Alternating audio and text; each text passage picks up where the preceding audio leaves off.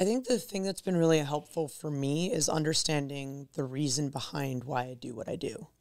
And the first time that really clicked was the first time I saw little kids dress up like me at shows. And seeing people like dress up like referees for Halloween.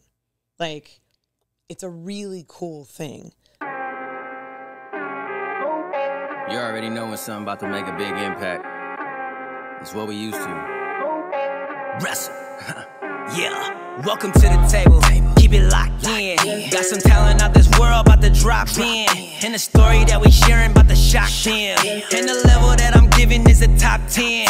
When you hear it's not a show where you get boxed in. Free to be authentic. Ain't nothing off limits. Paint the true picture, not somebody else's false image. Even when you low, it's what somebody else calls winning. Teasy got the table set. Whether it's someone you know that's famous or ain't made it yet. Recognize the power, check the numbers on a data set. Trying to find somebody else that's better, well, let's make a bet. Let's upload this, broke it down, I ain't even break a sweat.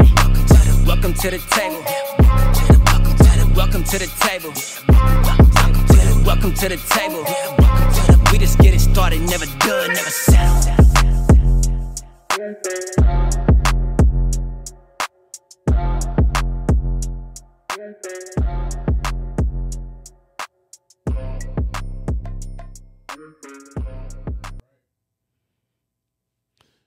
What is going on, universe, my people, what it is, what it was, what it wasn't, what it's going to be.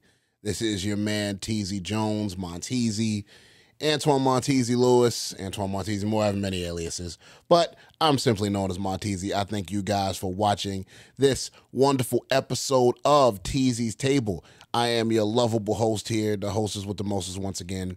First thing I want to do is thank you guys for tuning in. You know, this has been a long journey. Shout out to my brother Swerve. We do the Swerve City Podcast, youtube.com/Swerve City Podcast. I am not going anywhere. I'm still my brother. We are still taking over the world.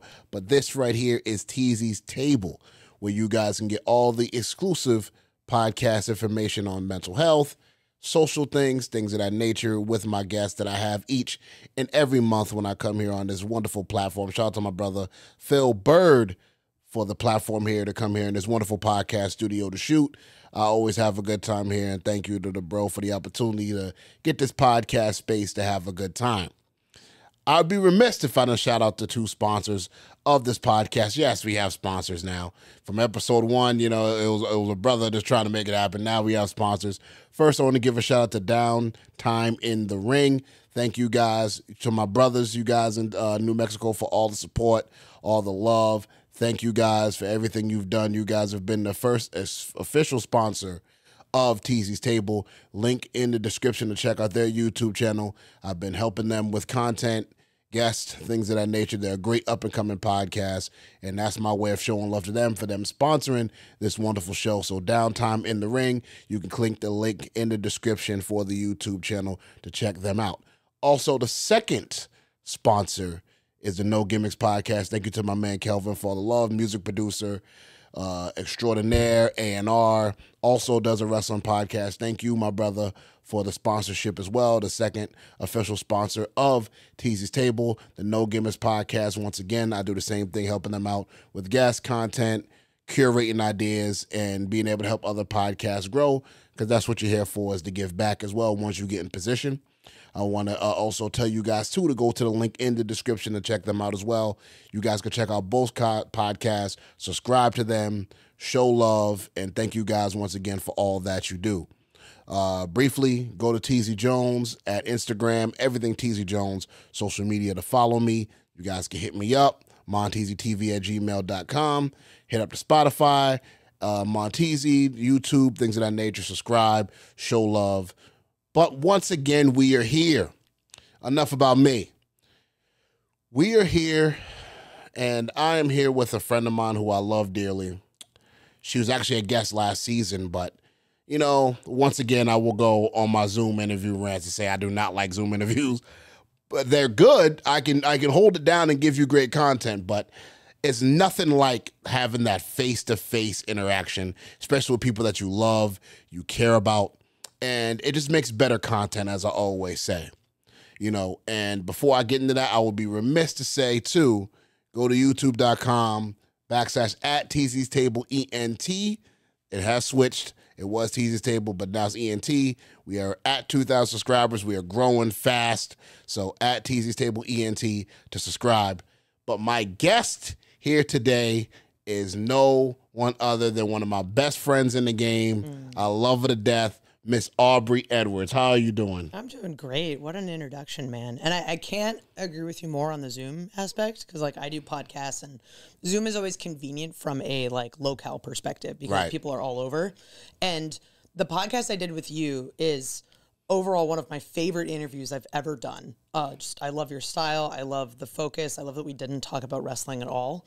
So I was really, really happy when we set this up because I 100% agree with you. Like, there's just something special about in-person interviews. Like, the energy is just vastly different. So I'm excited to be here today. Thank you. Thank you for taking your time once again to give, for your energy, for your love that you've given me. You've also been a great inspiration to me, kind of like a mentor with me in this line of work because, I'm not a wrestler and I'm a musician that makes music for wrestlers, but learning the business aspect of this is a whole different thing.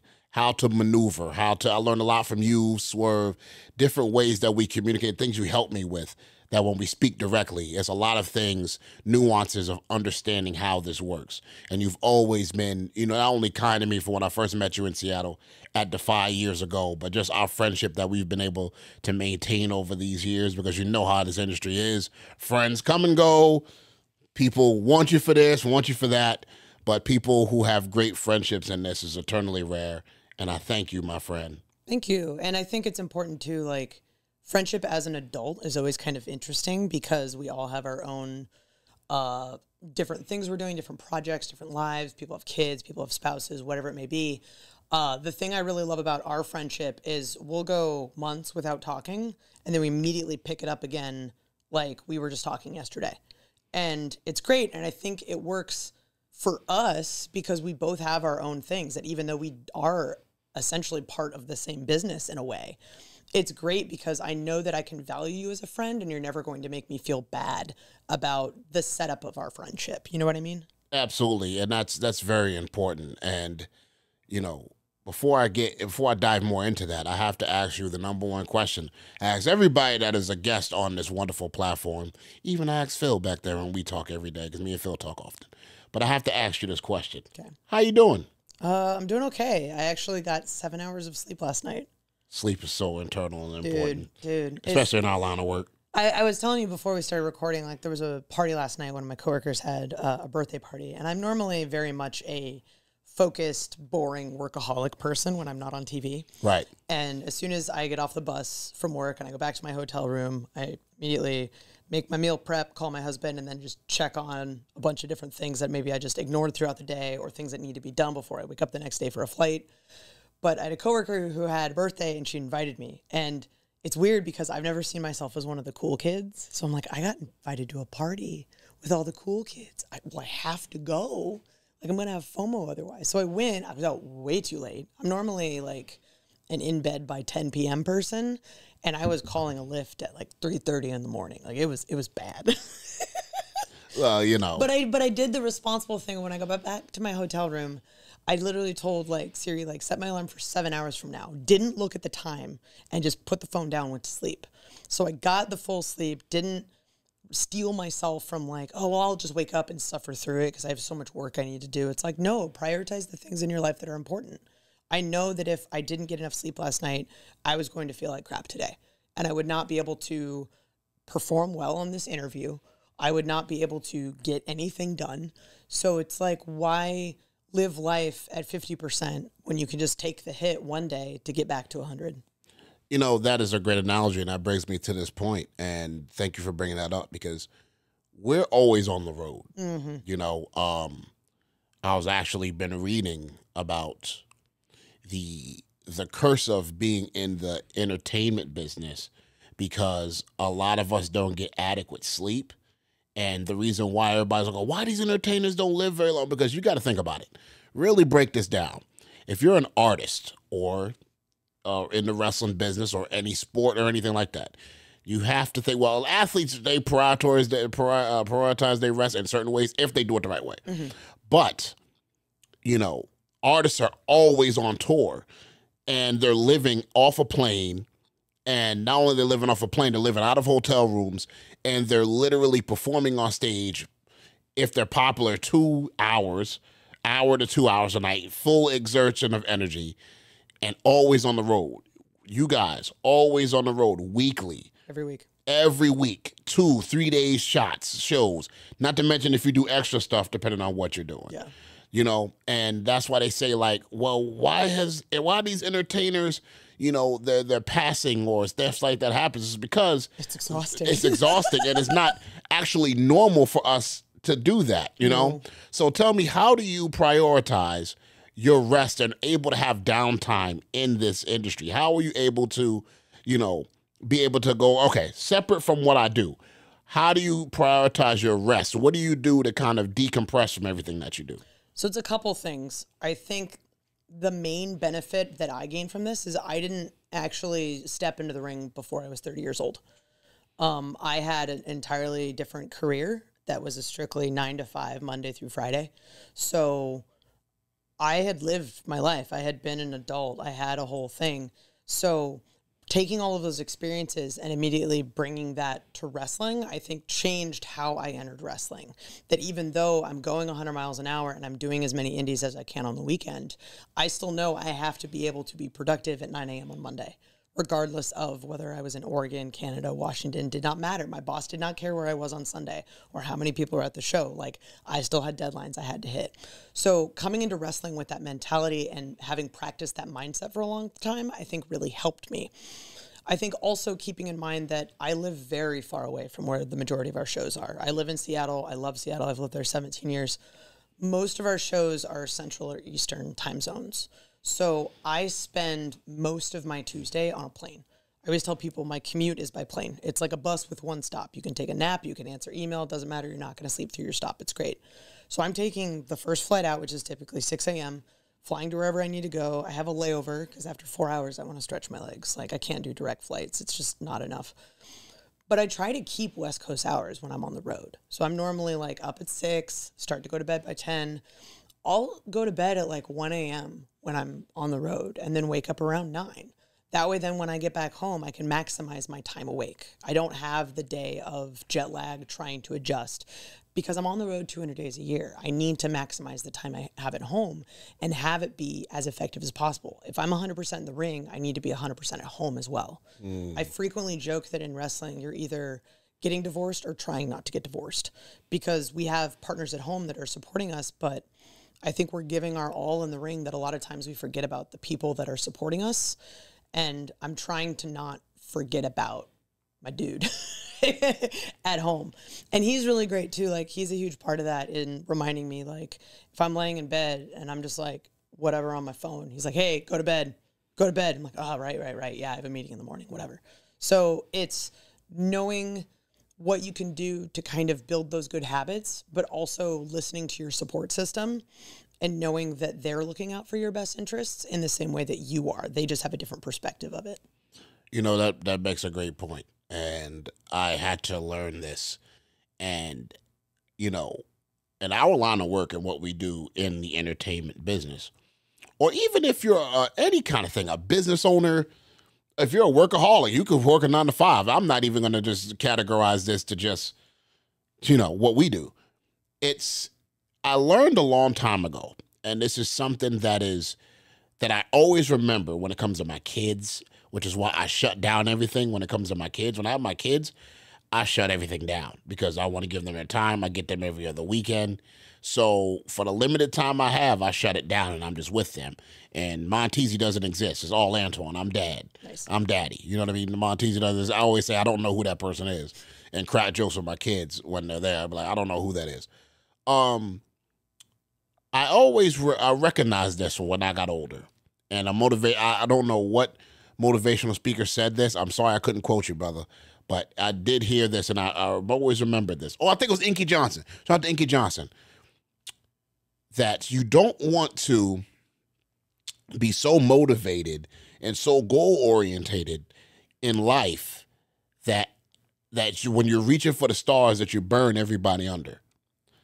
You could be so you could have blind ambition, as they say, where you're so goal orientated and you're just, no matter what, you're just like this, that everything under you is falling apart.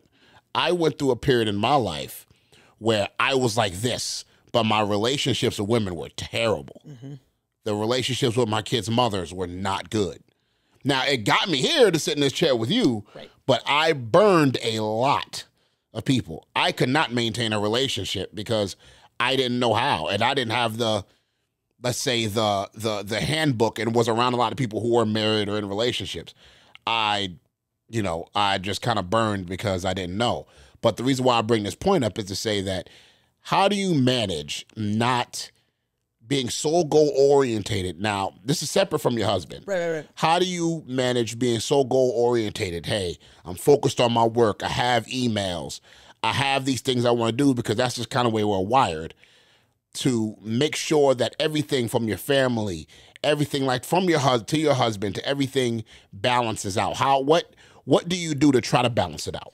So it's funny you mentioned like having quotes and stuff, and I can't attribute this. I don't know who I contribute this a quote to, but it's something that I kind of like keep in the back of my mind, that as feminists, we were taught that we could be anything, but we grew up thinking that we have to be everything. So it's a balance of, well, I can do this, I can do this, I can do this, I can do this. The reality is you can't do everything. You can only do so much. If I could create more hours in the day, you bet your ass I would. We would have figured that out years ago. They would have bottled it and made a lot of money. But we don't. And like we talked about before with sleep, like sleep is a thing you have to plan for. So how do I manage the like 12 jobs I have at work with sleep, with just personal hobbies, with everything else, with going to the gym, with meal prep, with everything else that I want to do that's important to me? Previously, before wrestling, I was a project manager for 10 years in the software industry. So I have a lot of experience making lists and prioritizing them. And honestly, that is how I start a lot of my day. I get my cup of coffee and I sit down, I literally write it out on a piece of paper, because it sits in my brain a lot better if I physically write it out. And I write out all the things I need to do in a day. And the first realization I make is I am not going to get everything done. So what are the things I absolutely need to get done today? And it's stuff that's like, if something is due for work, if I have a doctor's appointment, if it's something time sensitive, that typically tends to be the thing that goes up the list. But I'll also trick myself into writing down the things that I know I'm going to do that day. So if I have a particular meeting or I'm recording a podcast or something, I'll write that down just so I get the benefit of crossing something off. Because we can't always plan that things are going to go the way we expect them to, even on our days off. Things happen. And sometimes I could have a whole plan for how my days off is going to go, and then something goes out the window, and I have no control over that. But if I can acknowledge that the things I did get done, even if they were planned, even if they were scheduled, then I feel like I made progress in my day. And that's just been the thing that really works for me. You know, for years, now mind you, I will say this, for years, when I had goals or things that I wanted to do, I always did it mentally. I never wrote it down. And it taught me how to multitask, but it also caused a lot of stress because I didn't see it. And I did that for years, maybe to like 2-3 years ago. So when I started making wrestling music in 2014, I had a goal of a 10-year period, and I just kept it that way with supplementary goals that I wanted to put down that I wanted to achieve in the middle, but I had like long-term goals. So last year, I finally crossed everything off the list. The AEW performance was like the last thing. A Grand Slam? Yes, a Grand Slam. That was awesome, man. Thank you. Thank you so much. Thank you, Tony. Thank you. Like everybody who showed me love that day. It was one of the biggest nights of my life. Thank you, and I love all you guys. So I had to write down a whole nother set of lists for the next 10 years. So I'm like, okay, let me write this down. Because throughout these 10 years, I'm just going through the list and looking at it, but not when, like you said, life. So adjustments happen in between this list. Life stuff happens. You got to change certain things to kind of get to the goal. Your goal is never like this on the road. You got to take detours, go off the interstate, go back. Any goal, you have to go back. As long as you get back on the road, there's going to be, changes. So I actually wrote down my next 10 years of what I want to do from 35 to 45. I'm 35 now to 45 for not only in wrestling, but outside of wrestling. So writing down these goals, it really helps you really seeing what you want to do. And I want to ask you this. So looking now, maybe not 10 years from now, because I don't know how you write your goals down or what your timetable is, but what are some personal goals you have for yourself within these next few years, outside of what you do for a living, but just for yourself personally? What are some things for Aubrey that you want to do for yourself that you haven't done? So this is an interesting question because I'm an extremely goal-oriented person. And I very much believe in goals being measurable and being achievable. If you have something that is large and nebulous and vague, it's really hard to track the progress towards that, because sometimes goals take a long time to hit. And you need to have that feeling of the things I'm doing are getting me closer to that goal. And I personally, the thing that has worked for me, it may not work for everybody, is figuring out how can I measure that this is a thing that I did. So like when I started out, I was on the indies, and I would set goals like, I want to ref in 5 different states this year. I want to do the main event at a promotion that's not my home promotion. Like little things that maybe I don't have direct control in, but that my involvement can get me those opportunities potentially. And I ended up hitting all of those. The problem I'm facing now is that I am at the top of my level, that there are a handful of full-time referees on television. So what do goals look like now? I'm in the same boat musically. Right? So it's like, cool, be in the biggest wrestling show in history. Did that. Like, what's next? Like, how do I measure that? How do I set something and say that I can be, oh, this is something I can absolutely achieve? I have no freaking idea. So what I started to think about was, how does this work given who I used to be, given my position, what I am now? And I've always kind of said that I wanted to leave wrestling better than I found it. And what the hell does that mean? I don't know. But I know that when I was brought in, people were extremely nice to me and gave me all these awesome opportunities. So how do I make it more inviting and present more opportunities for other people who come in after me? And I'm just trying to figure out ways that I can do this. And we have 7 full-time referees at AEW.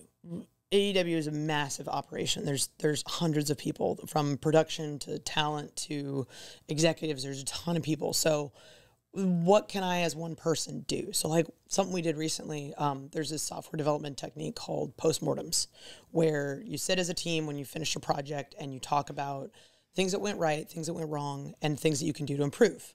And it's really great if you have time-boxed measurements of time, saying like, okay, we started this project, we prototyped it, and now we're here.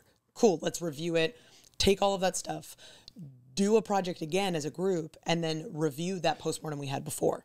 So I did that with the ref team.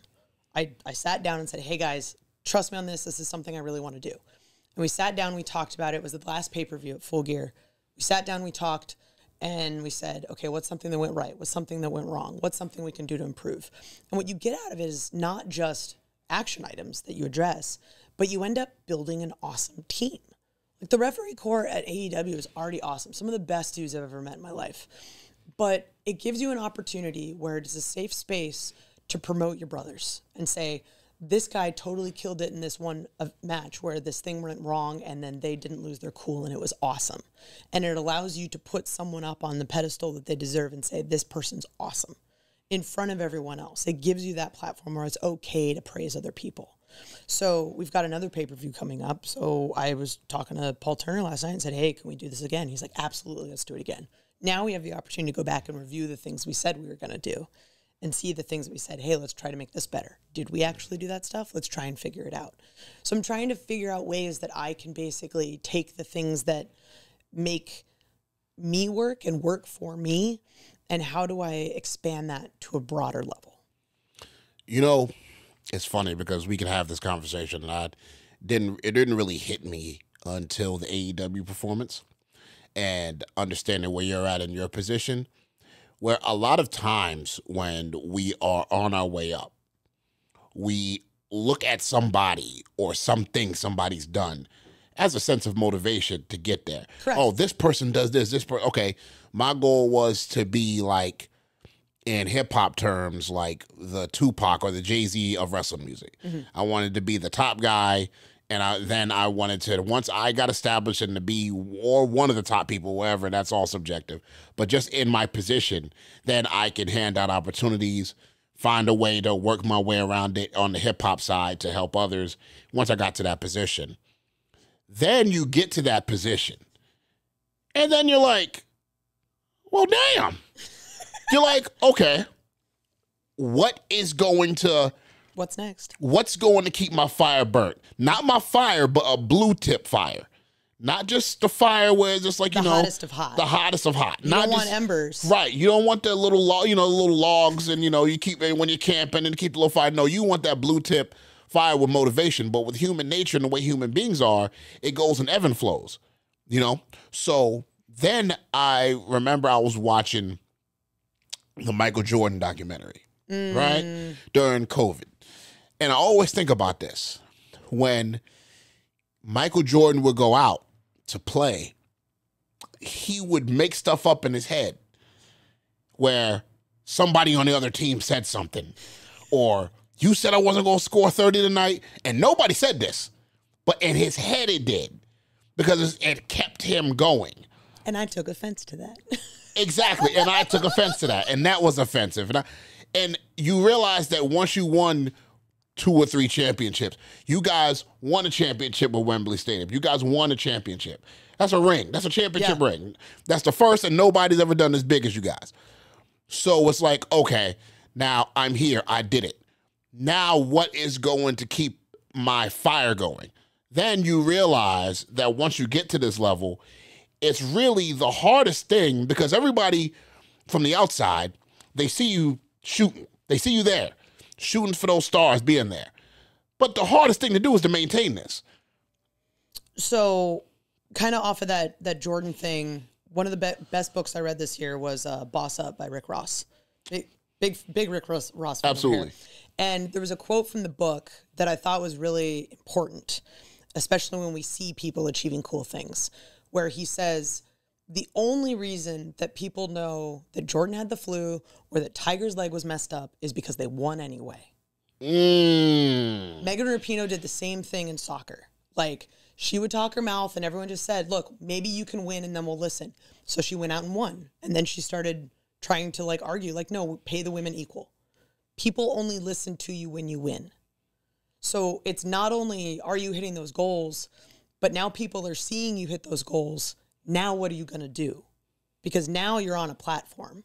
So I think from that, your goals have to change, especially if you have a platform that's very visible and very entertainment driven. I think that's why we see a lot of athletes kind of step out and start having these messages that they're delivering, because nobody cares unless you win. And, it's with the type of work that we do is a momentum-based game. 100%.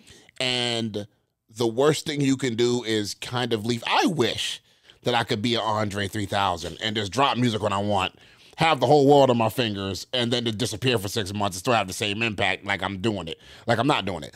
Everybody doesn't have that luxury. The way the world is now with content and the way that we're moving, you have to be in people's faces. All the time. You have to, once you score 20 that game, you have to do it the next day. You officiate a great main event. Next Wednesday, you have to do it again. Mm-hmm. And it's having that understanding that this is what comes with the territory of motivation and being goal-oriented, is that you constantly have to, it's literally like this. And I swear, Gary Payton said this about Kobe Bryant, rest in peace, Kobe. He said that, okay, Kobe came to me and asked me defensively, how do I do these moves? Mm-hmm. I'm the glove, I'm the lockdown point guard, so I teach him. Then I have to figure out a way to stop him. Correct. Because I taught him everything. Mm-hmm. Now I have to challenge myself to figure out a way how to stop this young guy once I told him everything. That's an interesting note on teaching as well, because when you're trying to explain your craft to somebody else, it provides a method to the madness. It's do you actually know what you're doing if you can't explain it to another individual? Wow. What a jewel. So we have a newer referee at AEW. His name's Brandon Martinez. He's only been reffing for maybe 2 years tops. He was a student of Pat Buck at Creative Pro. So he came in. We needed someone who was extremely fluent in Spanish because we have a lot of luchadores coming in. I've been trying to learn Spanish, but yo hablo español un poco. Absolutely. It's very minimal at this point. So Brandon comes in, and he's still very new. And I like to think I'm still very new to wrestling too. I've only been in the business for about 7 years. I've been watching only since like 2011, but like he's very new. So now all of a sudden he's asking me a lot of questions. And there's a lot of things I don't think about. I just do them because this is just a thing that I do. It's instinct business. It's instinct now. It's just how my body moves. Yes. So when he asks a question and says, well, why is it that you do that? I need to have an answer. Because if the answer is, I don't know, it just felt right. Why does it feel right? What's the method to the madness? And it makes you kind of question all of the things you're doing. And it kind of puts you back on your game. Because now it's like, okay, now I got this young gun coming up, trying to get to everyone else's level. I have to step up my game because now not only am I teaching someone, now I'm leading someone. And that's the thing about leadership too. It was like the same thing, the same parallel of when I first got Swerve in the studio and taught him how to rap was, okay, how can I help him and give him the formula without have him trying to be me? Exactly. You need to be the individual, right, but still understand the basics. Yep. You're essentially giving someone Play-Doh and saying, here's how you play with it, but go make your own thing. Yes. And I think that ends up, that's the thing about mentoring and leadership is understanding, okay, how can I nudge? It's like one thing, it's like with me having my kids, especially my son, my oldest son is 12 now. So this is the correlation of what we're saying. Is now you're getting at the age where, especially when you become a teenager, where I can't directly tell you what to do with your experiences because it's a whole new world, but I can nudge you in the right direction. And it's the same thing with mentorship and leadership. It's like, okay, when you get in the studio, when you do this song, like I do many artists, okay, how do you feel? How do you want to do it? Instead of me trying to make them sound like Teasy, because you shouldn't. You're your own individual person. So I'm pretty sure with the referee, it's like, okay, you don't need to be Aubrey. Be yourself. Make your own instinct, but I can teach you the basics in ways that'll help you to where you can develop your own style and make it your own way. But you being at the top of your game in what you're doing, you being a legend with what you're doing now, how do you stay motivated even with the down times? Because there's going to be down times that comes with this. There's going to be down times that you experience. How do you stay motivated even when times are tough, either personally, mentally? What do you do to keep focused during this time? I think the thing that's been really helpful for me is understanding the reason behind why I do what I do. And the first time that really clicked was the first time I saw little kids dress up like me at shows. And seeing people like dress up like referees for Halloween. Like, it's a really cool thing that it's kind of one of those things you can just say like, oh yeah, whatever, there's like a little girl in the crowd. But like 6 years ago, there was not a female referee on television. And now there's 4. You've got 2 at WWE, you got 1 at Impact, and you got me. So we're changing the game. And it's understanding that maybe I don't have the best day. I maybe mess up something in a match, and it's like only I know about it, like other people don't know about it or whatever, and I may be beating myself up over it. But then I see somebody like made a sign in the crowd. It's like, it does not matter. They don't know the imperfections that I see. They just see the impact that I'm having. It's why we get attached to characters. We see what their message is. We see how they represent ourselves on television. That's what draws us to media, is we love seeing people that look like us doing cool things. So it's things like that. Like, that's the thing that keeps me going, is knowing that women in authority roles in wrestling, like officiating, is such a new thing that we are literally changing the game. Like, we are the ones who are making our knuckles bloody from punching holes in the ceiling. So there are girls who are growing up with me on TV as their default, that they don't even think about the fact that this is a new thing. This is just what they know. So who knows? Like, Ruth Bader Ginsburg said one time, we'll have full equality when the Supreme Court is all women. One day we may have a ref team that is all women, and no one would think that would be weird. And that is the thing that I'm currently doing and how we are reaching that. And see, that goes to leaving a legacy in what you're doing. And, heaviest head that wears the crown, and somebody has to do it, and a lot of times this is what I fought, and I'm going to be 100% transparent with you here. I fought being a pioneer in something because it's like being Wilt Chamberlain or Julius Erving, you know what I mean? In your lane. Like you were great you were a legend. You were the GOAT or whatever in your period of time. And then you come to the point where years pass on, other people start doing things.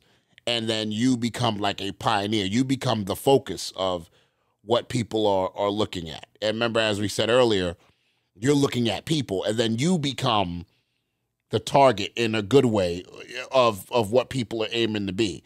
So now you have a goal in what you want to do. And that is a great goal, all female referee team and everything that you're planning to do. Has it ever crossed your mind? And how do you feel about being a pioneer? Like, you are in a very unique situation. How do you feel about being like the go-to person, like a pioneer in what you're doing? Has it dawned on you yet? So I'm gonna shout out to one of my sisters over at WWE, Aja Daphne, however she goes by on TV, but she's a referee on Monday Night Raw. The first time we ever met up for dinner, she once said to me, "It's gonna be weird to think that one day when they make a documentary about referees, they have to talk about us." And that was the moment it clicked for me of going, oh my God. Like, I knew this was big, but we are very good at living in the moment. We don't necessarily see the big picture or what it looks like in the long term. We can have plans for like what we want to see, but ultimately we're not the ones who are always responsible. It's kind of what I was talking about before with goals. Like, you're only able to affect so much. There's so many things like outside influences and various opportunities coming to light. There's only so much you can control. But knowing that what you're doing today is going to be talked about for years is trippy, man. Like, but that's also something that like I try not to think about a lot. I just try to also live in the moment and enjoy what I'm doing, because that's the thing I want to be remembered for. That I got into this business to have fun, and I still have fun to this day. And it is the coolest job in the world. I yell at half-naked men who play fight for a living. Like, someone flies me around the country, puts me in nice hotels, and this is how I pay my bills. Like, This is cool as shit. Like, Absolutely. So I try to not think about all of the like, oh my God, this thing that I'm doing today is going to have this major impact. It's like, not everything I do is going to matter. But it's the consistency that matters. It's the showing up every day. It's when you're not feeling your best, it's still putting in the effort. It's doing the cool things, but also reaching a hand out to help someone up and help them do cool things. That's the things that matter. Like, I don't necessarily know what fans think about me, but I want my coworkers to know that I helped. I want my coworkers to feel like I made their jobs easier and I helped tell their stories. That's the thing that like day to day that I think about, that this match was great and I think I made it better for reasons X, Y, Z. That's the thing that keeps me going on a day to day, more so than thinking about kind of the long-term impact in a historical aspect. Absolutely. And that's how you stay focused. That's how you stay focused. That's not how you think about, okay, you understand you're setting a legacy, but you're not dwelling on it. You're staying focused on what the task is at hand. And shout out to Aja, shout out to you guys for not only being pioneers in what you're doing, but setting the standard and being good Samaritans and people that people can actually look up to. I can just imagine the feeling of, that feeling is the same way people say, oh man, I have little kids come to me and they're showing me the little wrestling songs they're working on. And that's great. That's a great feeling, and it's a great feeling to be that person to help people. But let me pivot to something else. Sure. 17 years. I need to get the book on how to make it work for my next situation. For me and Steve. If she's out there, I'm going to be a better person from my past. Wasn't perfect, but I'm going to be on game next time. 17 years. Yeah. Okay. Which dates myself because it makes you think like, how old is this girl? Like I got my first relationship. I was a sophomore in high school. Okay. So I was 15. I graduated high school at 17. Yeah, I was 15 when I first met her. The mother of, I have a tribe of kids, but two of my kids. I have two of my kids. So, you were, wow, 17 years. Okay, let's break this down. How do you make it work? 17 years with the same person. It's wild, right? And I'm sure you go through ups and you go through downs, but that love and that communication keeps you together. You know, how do you make it work 17 years in and still going strong? So, you know, the funny thing about all this is I met my husband at my freshman orientation in college. He was a junior. I was a freshman. A very small technical school called DigiPenn Institute of Technology in Redmond, Washington. Basically go there, you get an undergrad in computer science to make video games. It's extremely specialized. I was telling someone at the party last night, like the guy that taught me how to do computer graphics made the water in Rave Race 64. Like that is how specialized this shit is. I move away from California, I move up to the Seattle area, and I tell myself, I'm single, I'm not going to date anybody, people are just going to get distracting, I'm just going to focus on school. Literally the second day of my freshman orientation, my husband comes through an elevator, busts through a group of people, and invites me to a party. Well, that premonition, that lasted 2 days. 2 whole days, made it great. And it's not like in that moment that I'm like, this is the guy that I'm going to be with forever. Like, I'm 18 years old at that point. I'm just having fun. I just love the idea that someone like thinks I'm cool enough to want to spend time with me when we're not, you know, drowning in homework and stuff. And I think it just eventually worked out. Like, you have to be the kind, for this school, like, there was 200 kids in my freshman class, 100 people graduated. There is a large attrition rate. It is a very difficult program. So you have to be someone that is dedicated and knows how to work.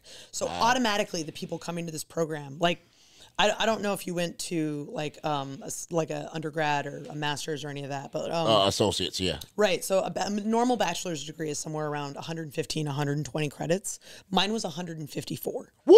Over 4 years. So again, extremely specialized. Like some people take underwater basket weaving when they go to a college and that's their elective. Mine's are like string theory, statistics, advanced computer graphics techniques, like really like nerdy stuff. So you have to be dedicated. You have to be, I don't want to say you have to be a workaholic, but you have to know what hard work means. And when you're facing something that literally it's an advanced technical concept that you don't know how much time you're going to have to put in to understand this, but you have to figure it out. You end up building these bonds and this camaraderie with people that is so deep. And like all of my friends from college are still my friends today because we all went through something that is extremely unique. And I think that's the thing that really hit it off with me and my husband is that we just immediately are both of those people. We go to this school and we both independently want to make video games. So that is the thing we're going to do. There is no question. We are there to do this thing.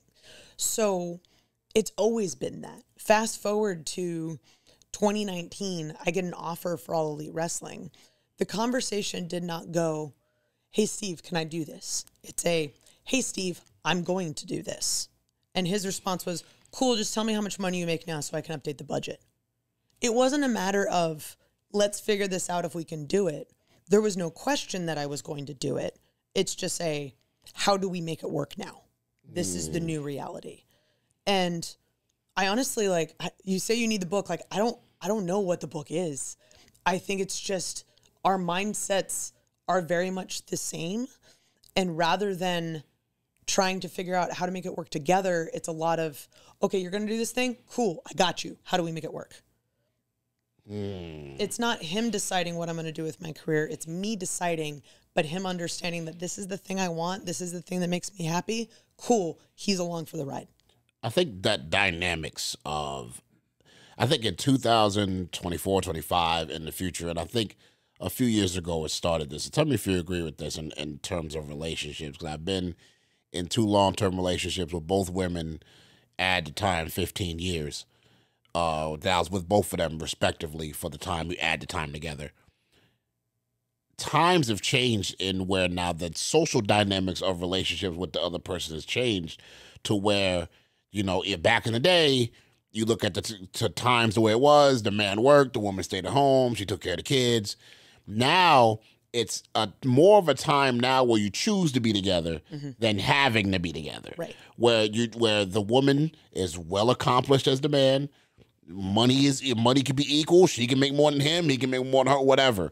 But the social dynamics of what keeps you guys together now, I truly believe communication really matters even more now, because back in the day, the dude worked at General Motors. She was home with the 2 kids. He came home. He worked 9 to 5. Then that was just their life. Yep.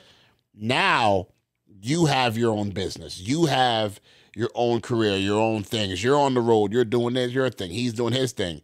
So tell me a little bit about the communication dynamic that it takes that you think works now in relationships as opposed to back then. Do you think it's harder now, or you think it's easier now? What do you think? I think it's easier so long as you're willing to have the conversation. So I've always, if you know me at all or have listened to any of this, you know I'm a feminist. So I'm very much women can be anything they want. Absolutely. But that takes work. You can't just expect that to come in, right? So as a result, my relationship with my husband is very 50-50. He sees it very similarly. Why should he be the one that has to work and I be the one to stay home? It's a very old school mindset. Sometimes that works for people. We also benefit from not having kids. Like, I will say that for people that have kids, great, that works for you. But this is part of the thing that makes us work, and why we're able to accomplish all the things that we do is that we don't have kids to tie us down. So there's already that aspect. So now, knowing that I'm gone 200 days a year and that he's still at home working in video games 9 to 5 remotely, he's going to end up taking care of the pets more because he's at home. He's going to end up doing more of the car maintenance when it's got to go to the shop or whatever. When I come home, I do all of the laundry, traditionally a feminine thing, but I'm making a bunch of dirty clothes on the road. And if I'm going to do laundry anyway, I can just do his laundry. It's fine. He manages all of the money. He manages the budgets, traditionally a masculine thing, but it works for us because I'm constantly moving from here and there and blah, blah, blah, blah, blah, that I have a hard time thinking about the grand scheme of what our financial picture looks like. So we've just sort of picked and chosen what has worked for us. And sometimes it's this little thing, like going back to the communication thing of, I try to not be the tornado when I'm home and just make a mess. I try to keep things clean because when I leave, my husband has to live in that mess that I've created. And I don't want to stress him out. So what we've started doing is that, like, Monday night before I get on a plane, I make sure the kitchen's clean. I make sure the dishwasher's running. I get all of the laundry in the hamper. Like, all of the surfaces at least are clean so that we both wake up and we don't have to worry about that shit. But there will be times where, like, his life gets really hard and I'll come home from the airport and the first thing he does is apologize and say, I'm really sorry, the house is a mess right now because something happened. But it's the realization that, same thing it goes back to, we are not always in control of everything. If something happens at work, if he's got a crazy deadline and suddenly he had to focus on stuff and he didn't have time to, like, empty the dishwasher and the dishes started to pile up in the sink, that's fine. It's understanding and recognizing that things happen, but not being upset because someone couldn't keep up their end of the bargain. It's a partnership. It's cool. You've been really busy at work. Great. I was planning on coming home and playing video games, but now I know I'll have to clean up the kitchen. But I know that that's going to give him satisfaction because it's one less thing for him to worry about. And then I get the satisfaction of helping my husband's life be a little bit easier that day. You know, you make a great point because, I have 3 boys and 1 girl, right? And my girl's my middle child. And me and her are like to the hip. She's 8. That's my baby. I adore her. I love my knucklehead boys too. But just when you have that one girl, it's different, right? And that's the way that I raise her. And even though she's 8, I always tell her, you can be what you want to be. I want you to take over the world. Be the first female president. I empower her just because I thoroughly believe in her and I want her to, when you go out and you play with your brother and you play soccer, compete. You know what I mean? Go, do what, don't not do it because you're a girl. No, go hard, compete. And I tell my brother, I say, hey, you guys, when you guys play. Don't, let her learn the value of hard work and she's going to push hard. You know what I mean? And that's the thing that I teach, which I'm glad you said that about, not only empowerment, not only feminist, but women empowerment and being what you want to be in this world, especially nowadays, which is extremely important, and having that confidence. But how do you guys work the dynamic of things that you don't agree on? Because you're human beings. So you could love somebody to death, but you might not agree on everything as human beings. How do you guys work through the disagreements with each other? Oh, well, that's the problem, is that we kind of agree on everything. Well, that's a good thing.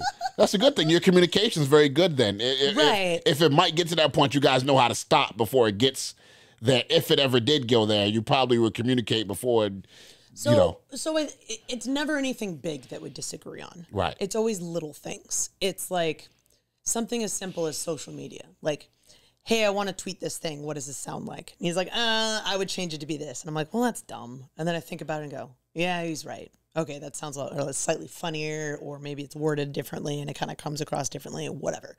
It's always those little things. It's not immediately accepting that, like, well, because I wrote it, it's better.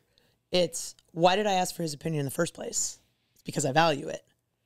So it's one of the things that I know he's really good at, stuff like that. So I'll typically pick his brain, like, hey, what do you think about this? I have a coworker at AEW, Amanda Huber. She's one of my best friends in the world. She is really great at immediately being the yin to my yang. And when I'm thinking about something, she's like, you didn't think about XYZ. I'm like, oh my God, thank you, thank you, thank you. I just need someone to think from the opposite perspective. You need that peripheral friend or peripheral in your relationship, because you're not able to see everything. It's the person that is looking out for you and wants the best for you, but sees it differently than how you see it. Right. Is this another perspective? It's another piece to the blackjack game, and it's another, okay, how do I counter this? And you think about it, the top strategists are people in the world, bosses. They have people with them. That's why they have a council. It's all teams. It's all teams, and it's all a council. And that's why I think that's a great thing that you have in your dynamic, which is the reason why it lasts as long as it lasts, because you guys can kind of finish each other's sentences. But here's the one thing that people don't bring up about relationships. People say, oh, communication is this. But the one thing that I noticed from anybody who's married, which I learned from, and that's why I ask these questions. So one day when I'm in my situations, I will know how to handle it. And now my communication skills are a lot better and I'm more mature. It's self-awareness. And I think that's the one key thing that people don't bring up when they talk about these things with relationships. Oh, you got to communicate. You got to love each other. You got to do this. Okay, you got to date. And that's great. And I'm not saying that's wrong. And those are added things. Communication is very important. But you have to be self-aware within yourself. And not only knowing that, but self-aware and knowing how to deal with people. Yep. Because we're all flawed in our own ways, and we all have our strengths and we all have our weaknesses, And the thing, like my thing was, I was always extremely too nice to people. Mm-hmm. Not in a bad way, but in the sense of like, okay, like I need to, why am I overextending myself in this situation? I don't need to do that. I did enough. Like, why am I going all above and beyond for everybody? I don't have to do that. And that's not saying it's a bad thing, but like, hey, I did that. Okay, cool. God bless you. I did that, But sometimes you can overextend, but that's self-aware. That's being self-aware, saying, okay, Antoine, you did enough. Like, you're really going overboard than what you need to do. I understand you want to help people, but dude, you're doing the most, and not, sorry to interrupt you, but I just want to say this last point is, with the relationships is being it's keeping that self-awareness and saying, okay, you know what? I'm going to ask for this counsel from my partner or from Amanda or other people, but also understanding that, hey, I might not always be right in this situation. This is their perspective might work better, and I think that's the key, a part of key to your relationship lasting as long as it has, is just being self-aware with each other. I think people have a hard time admitting that it's okay to be wrong. Whether it's a relationship, whether it's at work, regardless of the setting, I think people just don't want to be wrong because that immediately is a feeling of failure. And it's not. It's a feeling of growth. That, cool, you were wrong. How do you not be wrong next time? What's the thing you took out of this? It goes back to the postmortem thing, right? Like, cool, okay, you were wrong. Well, this was right. And why? Great. Awesome. We've all grown better from this. I think the self-awareness thing is so important now that you bring it up. It's understanding how you communicate to other people. Like, I know that as a woman who has been in multiple male-dominated industries, I'm a very direct person. That when I have a problem, I'll come to you and I'll bring it up to you. Absolutely. And I'm very direct. The problem is a lot of people will see that as like, oh, she's being a bitch or she's really aggressive or whatever, just because of the way that society tells us how we should view women. But I know this to be a thing. So I'll oftentimes start a conversation with, hey, I tend to be very direct with people. So please do not take this as me being mad at you. And sometimes it's as simple as framing the conversation in a way. It's sometimes you need to vent to a partner, but your partner's role is to help you and fix things. And sometimes you just don't need anything fixed. Sometimes you just want to complain about stuff. So a lot of times when you're starting those conversations, to prevent them from turning into fights, is starting with like, hey, I had a really bad day, or this situation sucks, and I just want to complain about it, and I need you to listen and not fix it. And starting that immediately changes the dynamic of where that conversation goes. Rather than someone trying to butt in and say, well, did you think about this? Blah, blah, blah. Like, I don't want to think about that right now. I just want to think about this feeling that I'm feeling that is valid. I want to wallow in it. I want you to help me through it so I can move on with my life. You know, it's funny. Every person that I've talked to that are in long-lasting relationships said that one key thing and now I'm not only saying this as men, but just as people in general, we're almost hardwired to just, when we see something broken, we just want to fix it. We care about people and we want to fix them when they're hurting. Right, but sometimes we don't need fixing. We don't need that. We just need to get this off our chest. No, I don't need you to answer this and step in and fix this right now. Just let me get this off my chest. Yep. Give me 5 minutes to vent, workplace, life, whatever. And then we can move on. And then if I ask for your counsel, then, you know, I will take it in stride. But if I'm just getting this off my chest, just give me 5 minutes to just get this off my chest. You just open your ear, you know, be supportive, and then we can move forward. However we're doing. That's 2 key things that I've noticed. And this is kind of therapy for me. Thank you. This is Teasy Table helping me. Awesome. Yeah, we could just write the book. Just print this out, absolutely. Put it on paper, transcribe it. There we go. We got the book. Absolutely. Self-awareness and learning the communication that you don't have to. Framing communication. Absolutely. Absolutely. And you don't have to fix every single issue. You know what I mean? Sometimes it's just good to get it off your chest. And that dynamic is great because I know that, you know, you guys were essentially kids when you got together. Yeah. You know, and to still have that kind of connection now, there has to be not only a deep connection with you guys as people, but there has to be a understanding. And I think that's what people lack in certain ways is understanding each other. I think there's also the understanding that people grow and change with time. You're not going to be the same person. No, I'm really glad I'm not the same person I was when I was 18. Me either. Because I was an idiot and I was annoying. And I don't know how he found that attractive in any way whatsoever. But like, I'm very comfortable with who I am now at 36. So it's knowing that the person you are at the start of your relationship is not going to be the person you are 10, 20, 30, 50, 100 years from now. You are going to grow and change with one another. And you have to be okay with that. That I think when people get into relationships, they assume the person they're meeting that day is the same person. Like, no, there's a part of us that is malleable and changed by our experiences, not just the people in our lives, but the things that we live through. And we live through things together as partners. And how we come out of those events is going to be different. That when you have something that's difficult that happens in your life, how I view it is different than how you view it, but we both grew and changed from it. And we have to be okay with that fact. Like, I think there's ever an expectation that the person you meet in the beginning of a relationship, if they're going to be the same person, I think that's wrong. I think that's a wrong assumption to make for you. And it's cheating you out of the beauty of being human and the beauty of growth. And that's one of the greatest parts about life is living it. Absolutely. And I think that you did yourself a disservice if you're 18 and then you're the same person when you're 40 or 50, you know. It's dumb. it's like, you know, it's funny. Shout out to Fonte from the Rap Group Little Brother. I saw an interview he did recently when he said, when you're in your teens, in your 20s, you want to take over the world. You're like, rah. Oh, dude, the person I was when I was 20 is so different than the person I am today. You know, and then when you hit your 30s, you're kind of like raw, but you're more strategic about your moments, about your raw moments.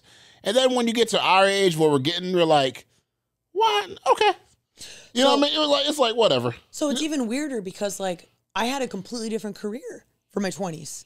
I was working in video games full time. I shipped 6 different digital titles across multiple platforms. Like I did something completely different that shaped who I am as a human being. And then when I turned 30, I started this whole like ref thing, and now I do something completely different. Like I still dabble in the video game stuff, but it's like who I am as a person has changed entirely. How I identify. Like I go by a different name with most people than what my government name is. Right. If you had told me that was going to happen 10 years ago, I would have said there's no way. Not a possible way. So it's not only understanding that you're going to change, but it's being open to the potential of change. That if you had told me that maybe just don't go to undergrad and get your computer science degree because you're going to end up doing something entirely different anyway. No, I still would have done it because going through that school, meeting the people I did, and having the jobs I did got me to this point. It shaped who I am as a human being, which prepared me for literally everything else. I would not be the person I am today without my husband. I would not be the person I am today without my prior career. I would not be the person I am today without you. Amen. And I first of all, thank you for that. Yeah. You know, one thing that I will say to add to that point is being in this and being in the entertainment business and being in this line of work. When you find good people in this world, you really got to hold on to them. Whether it's your relationships, whether it's family, friends, co-workers that you could trust. Good people in your life really, really matter. You know, and when I started in my line of work, well, I've been making music since 2006, but when I got around the wrestling game in 2014, I couldn't have imagined everything that has happened and meeting the great people as in yourself, Swerve, and other people that I've met. Because all you hear is the horror stories. Mm-hmm. That's all you hear. And I'm not saying there aren't horror stories in this television stuff you read, you see, YouTube. All you hear is the horror stories. But there's good people that you meet in this line of work and life that I wouldn't have dreamed of meeting. You know what I mean? In the sense of what I've been able to accomplish, what you've been able to accomplish. Who are the shout out to some of the people? Excuse me. Give a shout out to some of the people, not only in your line of work, but in life, that has really helped you shape the person who you are today. Who are some of the people, even some of your coworkers, some of your great friends, who are some of the people that has really helped shape you as Aubrey Edwards, who you are as a person? So on that note, just before I answer your question, sure. I think we hear about the horror stories because as humans, we love gossip. Yes, we attract to the negativity. It's more the story. It's always more fun to talk about the things that didn't go right than to talk about the things that went right. Absolutely. And I think that's why we hear those stories a lot. So I really like that we're doing this and we're praising people. I don't think he gets enough credit for being as great as he is, but our senior official, Paul Turner, is just an excellent human being. He is not only just like sunshine to be around, he's an excellent referee. He's just by the book. He still gets a little bit of his personality out. He's great. But his job as senior official is to assign referees to matches. And he is very good about making sure we all get to do something cool. He could very easily in his position take this title match, take the main event, do this, blah, blah, blah. Like whatever. He could be very, very choosy because we've all sort of experienced working with those people that are just me, and not you. Yeah, not delegators. Paul is definitely the guy that builds up the whole team. That it's like, okay, you had a light night on TV, you're going to get something cool next time. Like Forbidden Door, I only had one match at the pay-per-view. He made sure I got real cool stuff at Wembley. He made sure that I got the exact stuff I wanted at Wembley because he knew it was important to me. He's like, yeah, cool, you kind of didn't do this thing, but like we're going to make sure that like your night is made here. But it happens on a week-to-week basis at TV. Like, you know that he can depend on you for the thing he's putting you in. And he's giving people opportunities as they earn them. As we've got these new guys coming up, they're getting spots and opportunities like, cool, this is your first title match on this belt. This is your first main event on this television show. And it's recognizing stuff. And then he's like, hey, how cool did that feel? And he just wants you to like experience how cool this is. And seeing people talk about him in a positive light brings me joy because he represents our entire ref team. So anytime that he does something great, I feel proud of him. I feel proud of our referees. I feel proud of our company. And I think Paul's just a freaking awesome guy. So I have to bring this up too, and I always ask this question for every guest that I have. How do you protect your peace? Learning how to say no. So you had mentioned the like being really nice and going out of your way for people. You experience the same thing? There's a point where that backfires, and I learned that really. I should have learned it earlier, but I've learned it over and over again, where you overcommit yourself. Yes, Lord. Because we want to do everything, but we can't do everything because we don't have the time. And it's understanding that you have a cup, and that cup can only be so full. And you have to do things to take the contents out of that cup so you can fit more things in. So there's a lot of times where I'll want to do something and I want to help somebody out, but I have to be straightforward and honest with them and say, look, I could help you out, but I don't really have the time to. And I'm being honest with you as a friend because I don't want to commit to something that I can't give the effort to.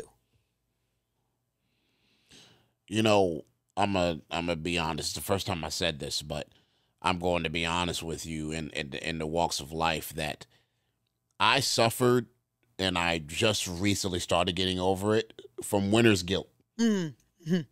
Where, for anybody who doesn't know what this is, I know a lot of us that are empaths are very, good, well-nurtured and souled people that like to give back and have good hearts and don't do people wrong.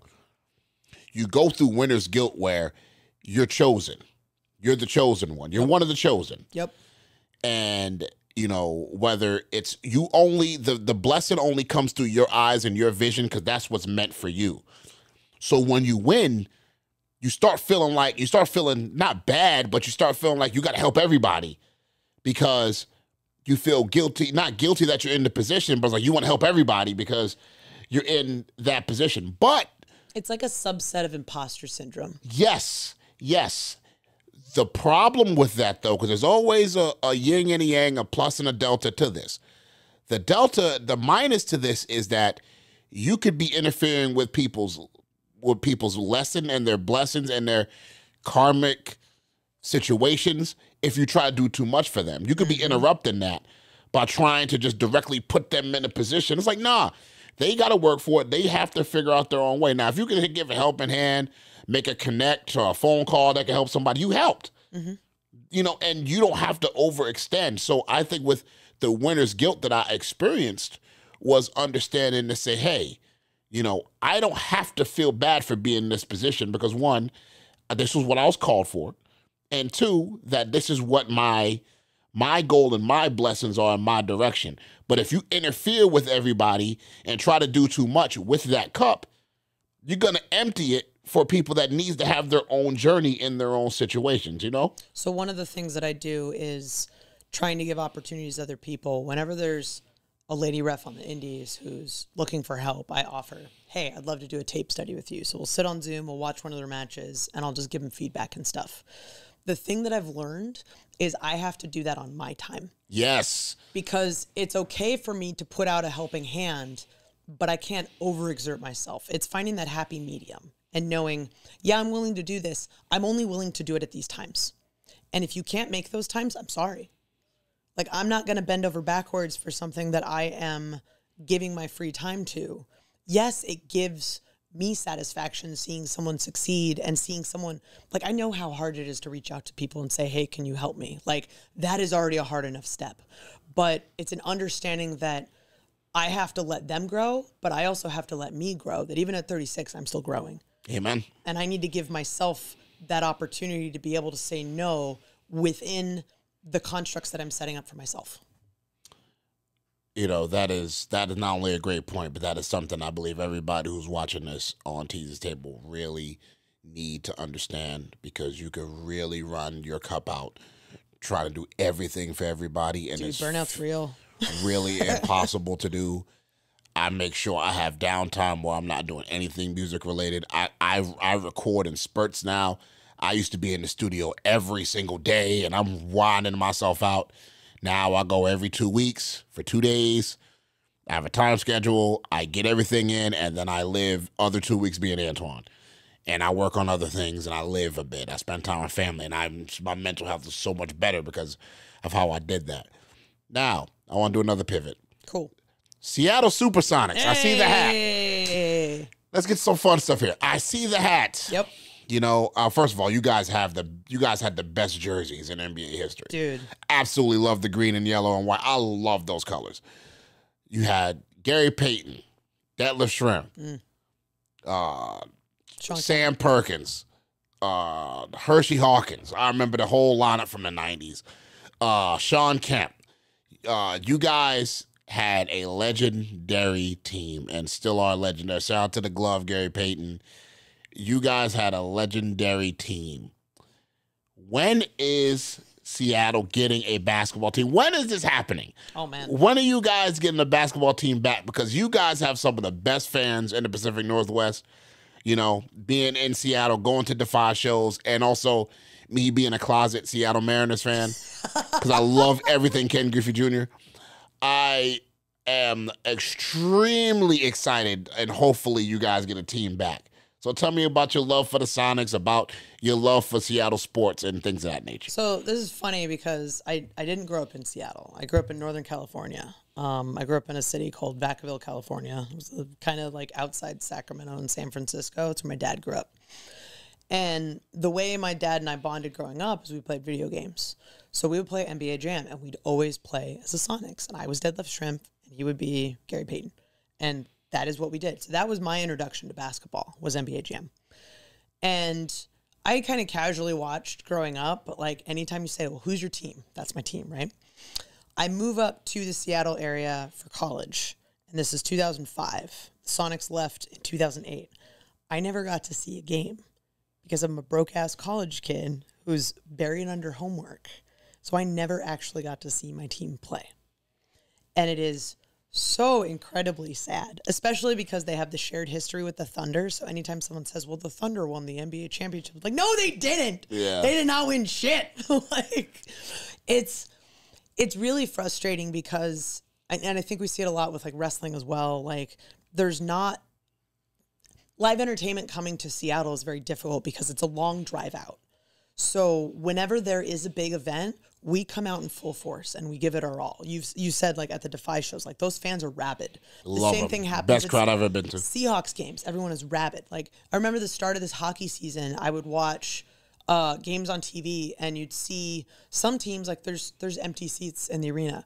You see the opening day of the Seattle Kraken, every seat is full. And mind you, like we just went to the playoffs last season, but like Excuse me. This was a big deal, and this is the hottest ticket in town. People love supporting their sports teams. And it's been a struggle, and we could get into the economics and the politics of, like, government-funded sports arenas and all that sort of stuff. But, like, honestly, there's 30 teams in the NBA. 32 is a real nice number. And we've seen Vegas do really well with the NHL. We've seen Seattle do really well with the NHL. We've got these two beautiful arenas ready to go. I think we're just waiting for the television rights deal. And then eventually we need someone with a lot of money to come in, buy the purchasing rights, build a team because you've got a fan base already there. Amen. Hey, guys, Seattle, Washington, the whole state, please get a basketball team back out there. I'm telling you, I'm coming out. I'm overdue to come back anyway to Seattle. I will come. I have a goal to go to a Mariners game. It's still on my bucket list of life. I will make that happen. The garlic fries, man. When you're there, get the garlic fries. Absolutely. I gotta start watching my carbs, but I will try that because I'm there, for sure. So, another question. Yeah. When you're on your plane or you're in the Uber or you're on the ride, what are you currently listening to? What music are you currently listening to that right now that you're currently listening to? Right now, so this is gonna sound really weird. I'm not listening to a lot of music right now. Just kind of focused, not really. I've really gotten into podcasts, and I think it's a matter of how I try to be as efficient with my time as possible. Like, and maybe this just makes me sound boring as hell, but first thing I do when I wake up when I'm on the road is like I travel with a little Sonos speaker. First thing I do is I turn on my local NPR station, shout out to KUOW, and I listen to the news. And it is the thing that grounds me and brings me back home no matter where I'm at. That sometimes they're talking about stuff that's happening at 6 a.m. and it happens to be 9 a.m. where I am. But it's a thing that really reminds me of the thing back home. And it keeps me grounded with the rest of the world. Because I think a lot of times it's easy to have horse blinders on, especially in entertainment, because you're very focused on the things that are happening in the news, in the dirt sheets, on television, cable deals, all this sort of stuff. You're very, very focused that you forget that there are things happening in the world that are bigger than all of this. Like, in the grand scheme of things, wrestling is not important in the history of the world. Right. We're not saving lives. Right. But there are people who are going through huge hardships right now. And it kind of just keeps everything in perspective. How important is this thing that I'm doing based in the grand scheme of things? Right. So I listen to a lot of podcasts, especially when I'm working out. I have a really hard time listening to music because I feel like I need my brain to be working out as much as I need my body to be working out. So I like listening to The Daily from the New York Times. I love listening to Radio Lab. I started listening to this one podcast called Heavyweight, where there's a guy, the host, he basically just reaches out to people who are trying to close a missed connection or they've lost contact with someone. And it's just a really fascinating story. I love listening to stories about people being people, whether that's good or bad, whether that's related to wars, whether that's related to life. Like, it's understanding how humans move through the world and having an appreciation for that. Absolutely. And I think that you're just at that stage where you're probably in your self-mastery stage. What's podcasting, listening, gaining information, that's a form of self-mastery. Mm-hmm. And that's where you're at. You're at that stage. Like me, I go through spurts where I'll be honest with you, when I wake up in the morning, I drink water and I don't listen to any hip-hop in the morning. Unless it's positive. But I'll put on Sade, I'll put on old Metallica music. I'll put on something different. Mm-hmm. And it's kind of weird. I'm a left-handed. So I brush my teeth with my opposite hand to trick my brain, to exercise my brain. I brush my teeth with my right hand. I'm going to start doing that. I'm going to try that out. And it's a trick where it's called self-love, self-mastery. So what you do, you get up in the morning, you drink water, you look in the mirror, you tell yourself you love yourself 10 times in the morning, straight in the mirror. Then you do something with your opposite hand, either eat with your opposite hand, brush your teeth, which is a way to trick your brain so that it is learning something new every day. So if you do something with your opposite hand that you don't normally do, it's exercise for your brain, which also helps your cognitive skills, your comprehension skills. It helps everything. So that's why I do that every morning, in the sense where I take a deep breath. I tell myself in the mirror I love myself for self-affirmation every day, and then I brush my teeth with my opposite hand. Or you can eat breakfast with your opposite hand. Something that you do with the hand that you don't normally do, that helps you. So that's a great thing that you do that, listening to like podcasts and stuff like that, because it helps you with your self-mastery. Some people, they do music. Some people, when they're exercising, like I noticed that I'm the same way now, where if I'm exercising, if I'm on my bike, or if I'm doing something musically, I'm listening to a podcast or something, or some kind of information, especially before I'm recording or writing a song. I always do that. In my downtime with my kids, we listen to music, we dance, we do fun stuff. But that's funny how that correlation works together. I think it kind of comes back to everything else we've talked about. Like, we only have so much time in the day, but I love learning. I love the process of learning. I'm only going to learn so much through my lived experiences. So the best thing that I can do is just listen to other people's experiences and gain the benefits from that. Here's a really, I don't, this is a question I ask everybody that sits on that couch, because it's something that is very, very important that for the evolution of self. When you look at your whole life and your career and everything that you've done, everything that you're doing, when you look back at yourself, if you sat down next to yourself 20 years from now, and let's say right there next to you is you 20 years from now, what is that conversation that you're having? Or do you say that I did it? Are you proud? Or I could do more? If you had that conversation with yourself 20 years from now, what is that question you would ask? What are you doing now? Because what I did 10 years ago is completely different than what I do now. So why would I assume what I'm doing in 20 years is different than what I'm doing now? Absolutely. So you would ask that person, you would ask yourself, what are you doing now? Yeah. What is making you happy 20 years from now? What brings you joy today? Right. Absolutely. Absolutely. So what I do here on Teasy's table, when I close the show, what I do is I have the guests look into the camera and I have them say anything motivational that they want to say. Any message that they want to say when they look into the camera, whether it's speaking to the people out there, the kids. If Aubrey Edwards had anything she wanted to say, anything motivational, anything you want to look into the camera and directly say for anybody going through a rough time, stand on your goals, anything, just any positive message you want to give the people. Ooh, positive message. What do I want to say?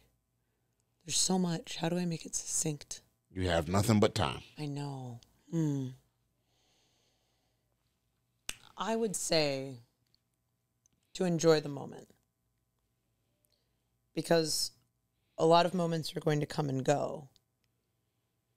So enjoy every single one of them. Even the ones that maybe don't feel the best, know that you're getting something out of it. You may not know right now what you're getting out of it, but take it all in, learn from it, and keep enjoying the moments. Amen. You know, my friend, I have to tell you that I'm grateful for you. Thank you. You know, I'm appreciative of you. You've, like I said earlier when I did the introductions, not only have you been a great person to me in the line of work that we do, but you've also been one of my greatest friends in this. And seeing your inspiration to me, you're an inspiration to my daughter, as somebody that I want to be able to say, hey, this is a person that, followed her dreams and did it her way and, didn't let nothing stop her to get to her goals, and that your life pivoted. It wasn't just this direct thing. You found two different loves and passions, which is very, very rare in life for people to succeed in both, and, not only am I grateful for your time, I'm grateful for your energy, your love, your spirit, and thank you so much. If you could tell the people where to follow you, anything social media you want to plug, to tell them where they can keep up with what Aubrey Edwards is doing. First off, thank you. It was really nice, and I loved being here today. You can follow me on Twitter and Instagram at RefAubrey. That's pretty much where I'm at. I host a podcast. It's available every Thursday, AEW Unrestricted. So check that out. You can watch AEW Dynamite on Wednesdays, Rampage on Fridays, and Collision on Saturdays. And you can watch me yell at half-naked people. But at Teasy Jones on all platforms, follow me, hit me up, monteasytv@gmail.com for all bookings. I love you all. Take care of yourself. Take care of each other. Much love, guys. It's Teasy's Table. Peace.